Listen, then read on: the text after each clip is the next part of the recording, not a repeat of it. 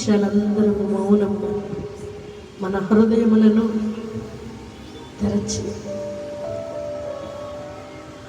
ఆయనను ఆహ్వానిద్దాం. మన హృదయాలలోకి ఆత్మతో సత్యముతో ఆరాధించు ప్రజల మధ్య ఆయన వసించే దేవుడు.